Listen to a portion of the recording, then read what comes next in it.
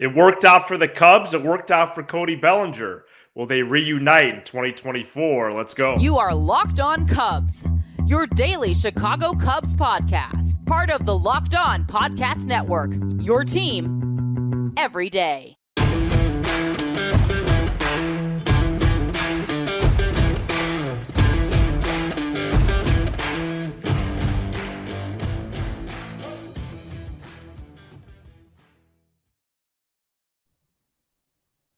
You are Locked On Cubs, part of the Locked On Podcast Network, your team every day. Alongside Sam Olber, I'm Matt Cozy. Please support the show by following on your preferred audio platform. And you could watch, subscribe, and leave a comment on YouTube. Thanks so much for making us your first listen.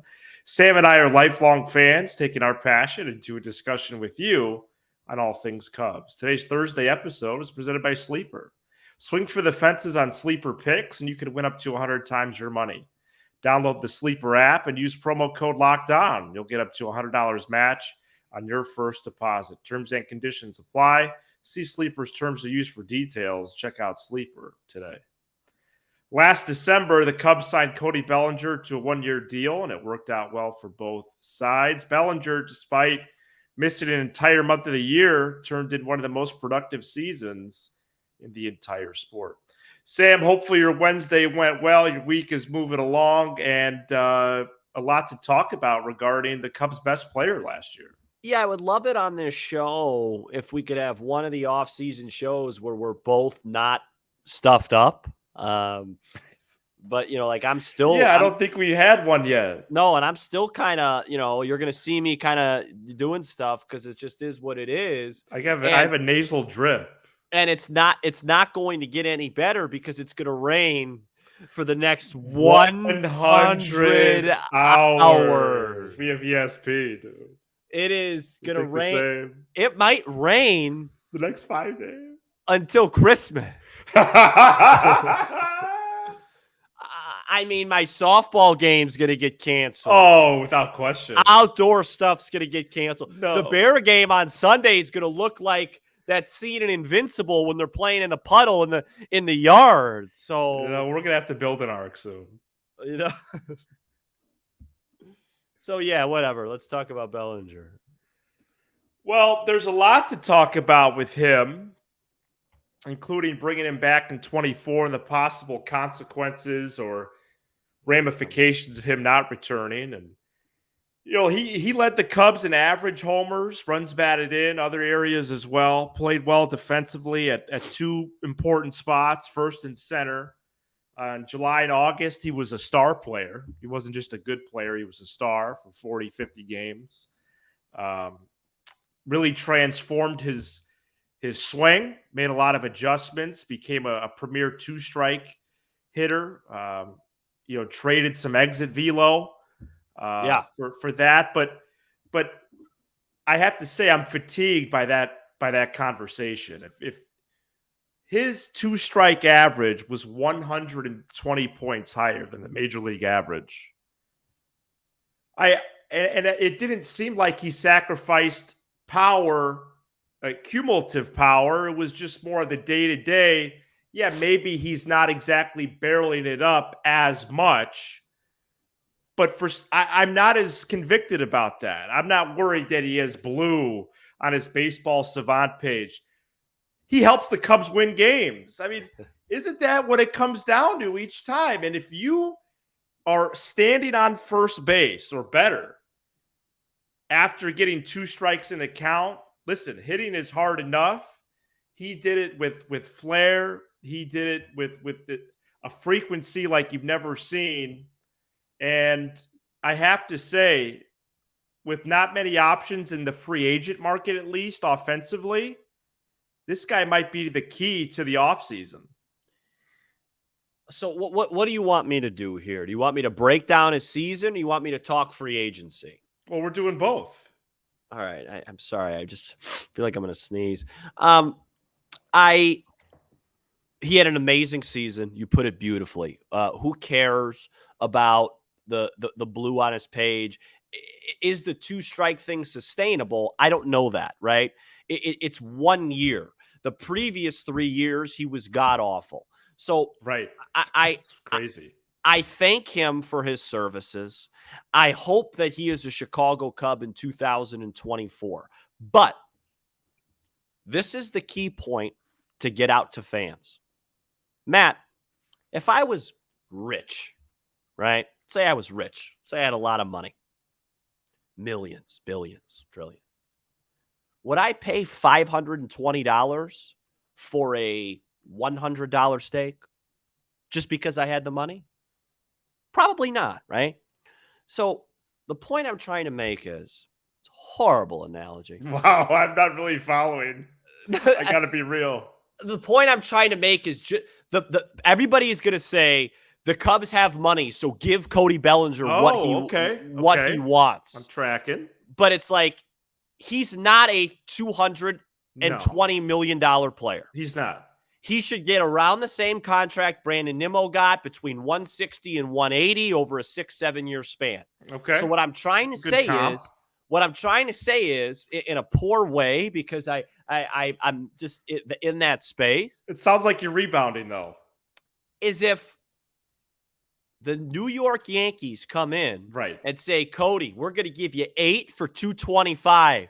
He's and gone. The Cubs don't match that, I'm not going to pound the table about it. Well, they're not. They're not going to match it. Because that's like me saying, hey, just because I can get and like, obviously this is, of course, hypothetically speaking, even though I can buy a Lamborghini or I'm going to drive a regular vehicle. Like, it just, you don't spend money just because you can. You spend money wisely, right? Yeah.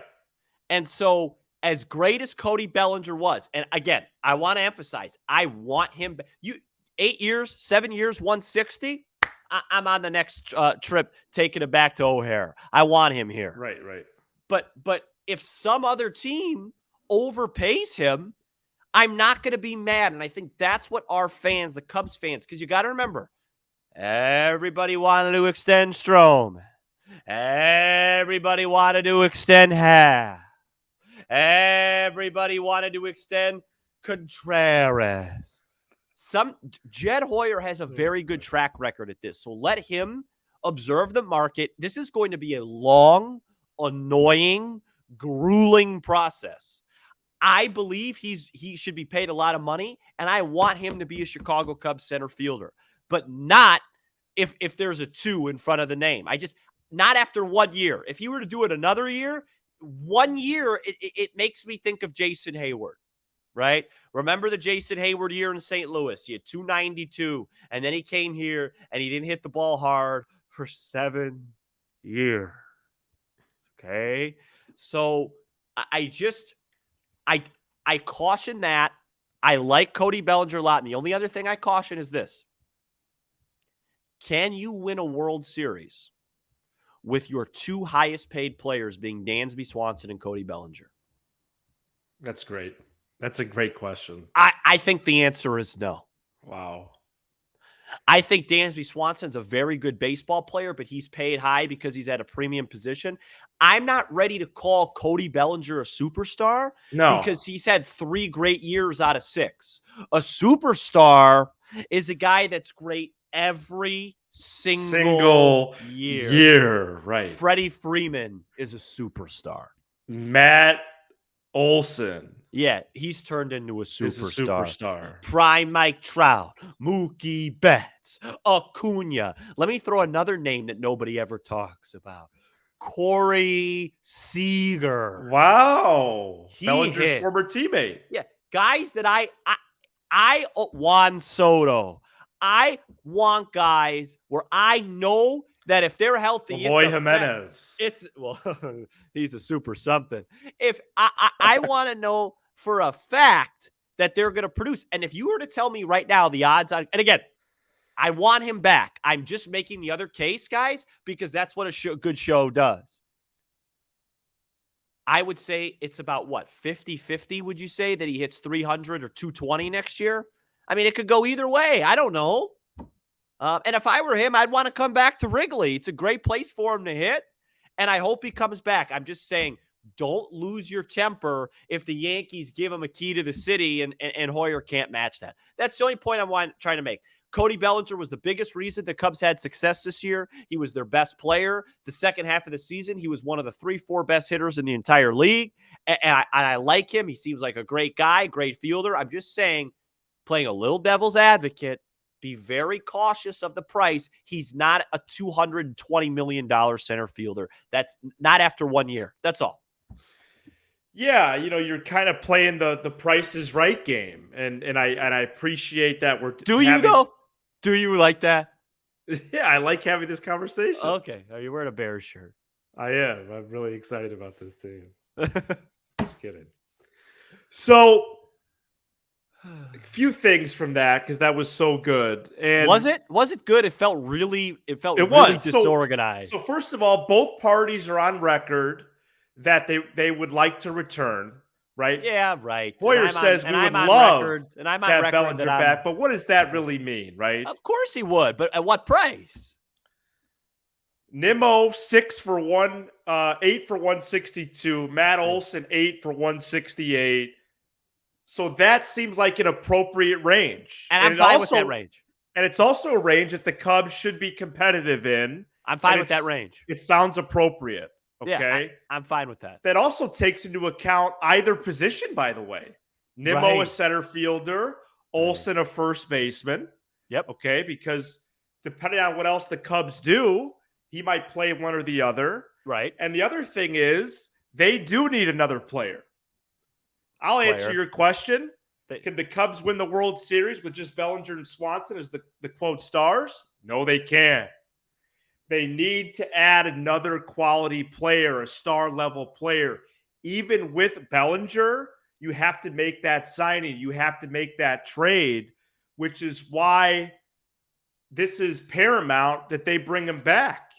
And if the Yankees go 220, then it's over. Yeah, then they got to add two guys. Then they wiped you out, but then you have to add two brothers. That's right. You got to add two guys. Okay? You do, and that makes it more difficult for Hoyer and his front office. It does.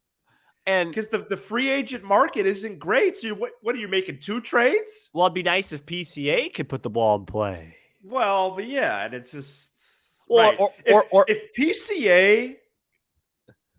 Ooh, I don't know if I want to go there. No, don't go there. But I keep hearing about Matt Shaw. I mean, if there's more than one rookie, let's say, in the starting lineup on March 28th, that's bad news. You think so? Yes, I do. I think there's some internal hope that the right fielder from Japan, Seiya Suzuki, takes a leap and he becomes the best guy on this team. Okay, but let's still budget to add this winter. No, I agree. And complement each other. I am not. They have to. Well, if they don't get Bellinger, and they don't add somebody, well, then we're back to square one. Well, yeah, that's going to be a situation where I make some threats. Yeah, well, we did a lot yesterday, so I'm gonna hold off. Yesterday became more intense than I realized. No, and it was my fault. I escalated it. Who even resembles the type of production Bellinger can have that is already scheduled to return?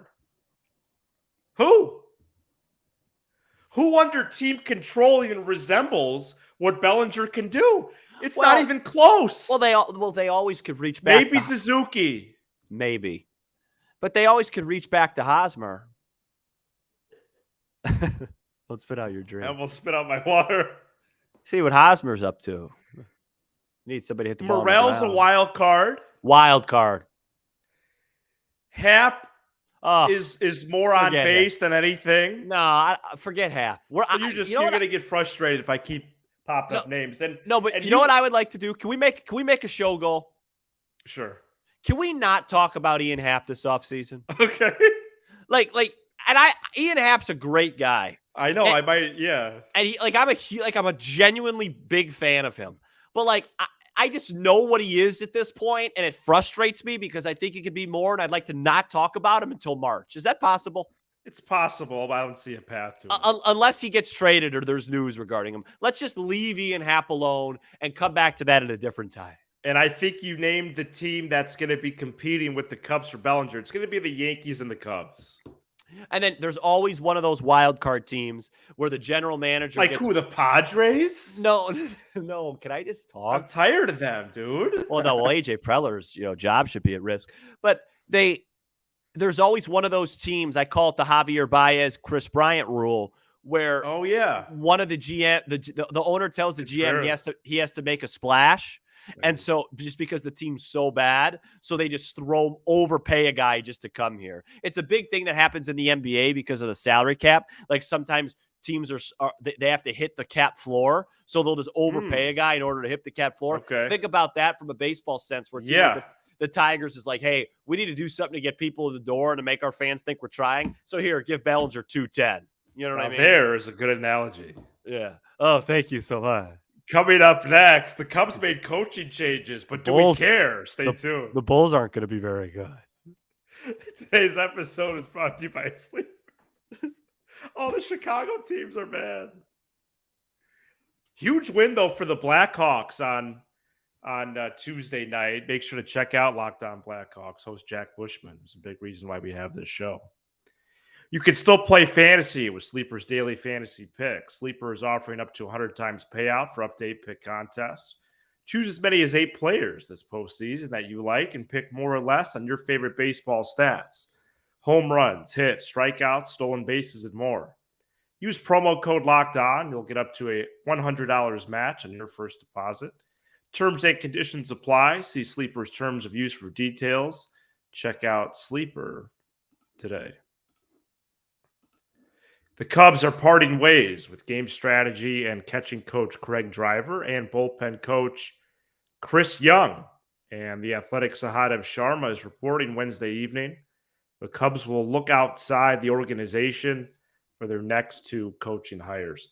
Sam, what was your reaction when you saw this? And I think there was maybe a little bit of confusion of roles at first on the online sphere. But the Cubs are switching it up a little bit on their staff. I had no idea what a game strategy coach was. That was my. And I don't know if I still do. I have no idea what that meant. I thought Craig Driver was the catching guy, so I don't know if he that's still was doing some catching stuff. I don't know. Are the Cubs specifically David Ross blaming these 2 dudes for their collapse? That's what I want to know. I think that's overthinking it, but it is odd. Well, I'm bringing it up. No. And by the way, Arizona leads 4-0. They're going to sweep the Dodgers. So everything's just going awesome. Matt, here's my, I don't want to say conspiracy theory because that feels aggressive. Here's my little theory on this whole thing that bothers me. As I got the news last night, I was just kind of laying in bed on Twitter or whatever it's called these days. Everybody keeps talking about Ricketts, great season, good stuff. Great season. Dead, a lot of positives. And then they come out and fire 2 guys. So right. What was it? Or like, I'm not exactly sure what's going on. It was a great season, but people are released from their jobs. And again, like I would like to add Mr. Hoyer, Sam from Locked On Cubs here. What's a game strategy coach? And what did he do so poorly in that role to get himself let go? And follow up, if I don't mind, shouldn't the manager be the guy doing that stuff? And what does Chris Young have to do with Valencia giving up 10 runs? And he was the bullpen coach? Yeah. I don't like these firings. Folks, it's the major leagues. It reminds me of when every year that the offense would get worse and worse, so Theo just kept firing hitting coaches. At some point, look at the hitters. And is it a change of philosophy, like Sahadev is reporting in The Athletic, for that reason, looking outside the organization? Perhaps maybe these 2 guys are more on an island. So here's my issue. I want the manager to be that guy. So are they going to bring in more guys? Like, how much help does Ross have? So I have that right here. We have all this rumors about, he's just a yes man to Ricketts and Hoyer. And then he's got a guy doing the game strategy. Like, so what does he do? Here's Sahadev, quote, the Cubs will add a coach who will work with catchers on their defense and controlling the running game. And they'll add another coach who will have a more pitching-oriented approach, close quote. And then I heard Andy Green's getting some interviews this offseason. Really? And rightfully so. Let me tell you, there's two guys. Wow, I didn't know that. Yeah, there's two guys. I gotta look this up. This should have been the leadoff of the show. No, I think I heard somebody texted me that today. Okay, yeah, Andy Green. I mean, there's a lot of openings, so that makes sense. I hope I didn't mess that up, but I'm almost positive I read that somewhere. I'm not some sort of anyway. There's two coaches I really like on the Cubs staff: Andy Green and Mike Napoli. Yeah, it's interesting about Napoli. I think he's intense. I think he knows things about the 2023 version of baseball that I like. I have some inside info on that. I'm not going to reveal it, but I've heard some people around the league like Napoli he's a good guy to have on your side. Let's just say that. Google News is producing no results about Andy Green. Well, I have it. I'll go grab my phone and I'll read it to you. Okay, give me 1 sec. I don't make things up on this program. Coming up next, we're going to do some follow-up on total batting orders because it turns out the Cubs are like a lot of other teams. Stay tuned. Today's episode is brought to you by Jace Medical. Everyone should be empowered to care for themselves and their loved ones during the unexpected. That's why Jace Medical offers the Jace case. The Jace case provides 5 life-saving antibiotics for emergency use. It gives you peace of mind so that you are not just hoping that you have access to medication in an emergency. Jace Medical makes sure you have the medication in hand, and it is simple. They handle everything from the online eval to licensed pharmacy medication delivery and ongoing consultation and care. Save more than $360 by getting these life-saving antibiotics with Jace Medical. Plus, an additional $20 off by using code LOCKEDON at checkout on JaceMedical.com. JASE Medical.com. Promo code LOCKEDON. Any updates on Andy Green? Yeah, I don't. So this isn't a great source, and but I did get a text saying Andy Green interviewed with the Angels the other day and supposedly impressed. Would hate to lose him, but I haven't seen any reporting of that. So I'm not sure. Does this person have an Angels connection? No, but they have a little bit of baseball connection. Okay, all right. No, well, but maybe it's not public. No, I just wouldn't think that would be something that would be like made up. I don't think so. But how did we not hear about that? Who's going to replace him? Well, apparently Ross needs about 94 bench coaches. Wait a second. Should we report it tonight? What? We could break the Andy Green news. No, because I don't know if it's true. Well, I guess we would judge the quality of the source material. I would have to call the source and ask where he or she heard it from. Yeah, okay. And I don't really want to do that. All right, well, just let me know if you would like me to pass along the digits. So no, I will. I will ask him, but I don't. Something doesn't smell right. We cover the show every day. How do we not know that? I agree. Hey, a follow-up on total batting orders. Make a text right now. Cubs had 135 total batting orders in 2023. And according to our crack research staff, which is me, this is actually not a high amount anymore. This is now the norm in baseball. Well, the norm's wrong. I did want to say, well, there is a little bit of a twist. So a little bit of a self-correction, but there is a little bit of a twist. Let me pull this up. There's the National League, Sam. Pirates 157, Braves 80.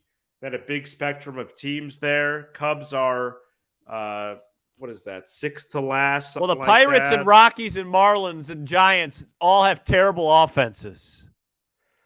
Right. So there's some correlation here with these numbers, aren't there? 135 is too high. But here's my thing. But all the teams are doing this, dude. I'm not concerned about the combination because I get the platoon thing it's more more than like the 1 through 5, right? It's more just get the main guys in a steady spot. All right. I couldn't research that. So. Right. And the Dodgers are going to get swept. That's a shame. Dave Roberts could be available tomorrow. Wow. I mean, That's honestly crazy. I doubt it, but it's not impossible, Mateo. Wait a second. That's going to really I'm really going to have some visions tonight. All right. Well, I'll see everybody next week. Big announcement. Miles Mastrobuoni will be with Sam for Friday's episode. Going to have a good time with Miles. I'm glad he's coming on. Shout out to my friend Adam for booking that for me. Miles and I have been texting all week. Should have a good time. Good questions for him. I'm going to pick a couple fan questions as well. And, maybe I could ask him about Andy Green. Thank you so much for checking out this edition of Locked On Cubs. You give us 20 to 30 minutes and we'll give you all things Cubs with a laugh or two along the way. We've certainly done that this offseason. Be sure to hit subscribe on YouTube as we make the push to 7,000 subs, and smash the like button for the algorithm so we pop up in more people's feeds that search Cubs. Shout out to the audio peeps on Apple, Spotify, Sirius XM, and more. He's Sam Olber. I'm Matt Cozy. This is Locked On Cubs.